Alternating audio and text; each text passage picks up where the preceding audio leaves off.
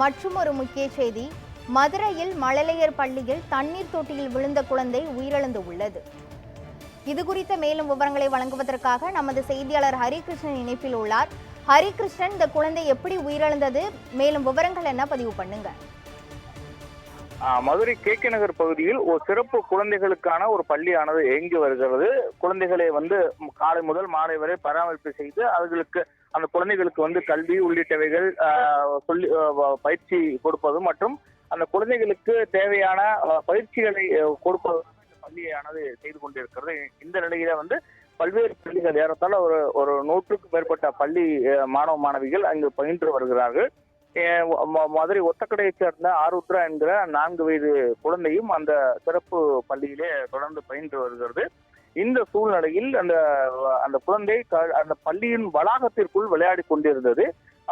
முற்றிலுமாக சுற்றுச்சுவர் எழுப்பப்பட்ட அந்த வளாகத்திற்குள் விளையாடி கொண்டிருந்த போது அந்த பள்ளிக்கு பின்புறமாக இருந்த ஒரு தண்ணீர் தொட்டி அது மூடி எதுவும் இல்லாமல் மூடப்படாமல் திறந்த வெளியில் இருந்திருக்கிறதாக கூறப்படுகிறது. அந்த தொட்டியிலே குழந்தை தவறி விழுந்து மூச்சு திணறல் ஏற்பட்டிருக்கிறது. உடனடியாக பார்த்த அந்த பள்ளியை சேர்ந்த பணியாளர்கள் அந்த குழந்தையை மீட்டு அருகில் இருக்கக்கூடிய தனியார் மருத்துவமனையில் சிகிச்சைக்காக அனுமதித்தனர். ஆனால் குழந்தை சிகிச்சை பலனின்றி தற்போது உயிரிழந்திருக்கிறது. குழந்தையின் உடல் அரசு ராஜாஜி மருத்துவமனையில் தற்போது பிரேத பரிசோதனைக்காக கொண்டு வரப்பட்டிருக்கிறது.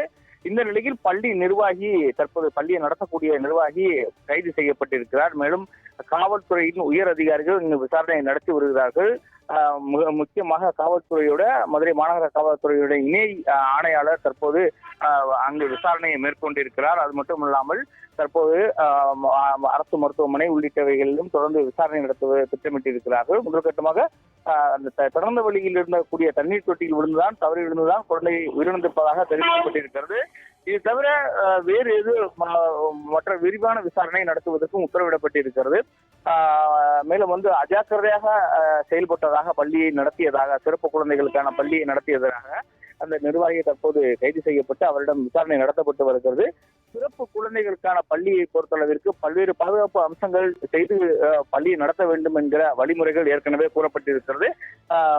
குழந்தைகளுக்கான பல்வேறு அடிப்படை வசதிகள் செய்து கொடுக்க வேண்டும், அதே நேரத்தில் பாதுகாப்பு அம்சங்களை உள்ளடக்க வேண்டும் என்கிற பல்வேறு விதிமுறைகள் இருக்கிறது. ஆகவே இந்த தண்ணீர் தொட்டி என்பதை மூடி வைத்திருக்க வேண்டும், பாதுகாப்பான முறையில் வைத்திருக்க வேண்டும். ஆனால் பாதுகாப்பற்ற முறையில் வைத்திருந்த காரணத்தினால்தான் இந்த விபத்து ஏற்பட்டிருக்கிறது. 4 வயது சிறப்பு குழந்தை ஆருத்ரா இந்த விபத்தில் உயிரிழந்திருக்கிறார். தொடர்ந்து விசாரணை நடைபெற்று வருகிறது. விசாரணையின் முடிவீடு இன்னும் அதற்கு யாரெல்லாம் காரணமாக இருக்காங்களோ அவர்களும் கைது செய்யப்பட்டு தொடர்ந்து விசாரணை அவர்கள் நீதிமன்ற நடவடிக்கை அனுப்பி வைப்பார்கள் என முதற்கட்டமாக காவல்துறையினர் தெரிவித்திருக்கிறார்கள். கிருஷ்ணவேணி, முழுமையான விவரங்களுக்கு நன்றி ஹரிகிருஷ்ணன்.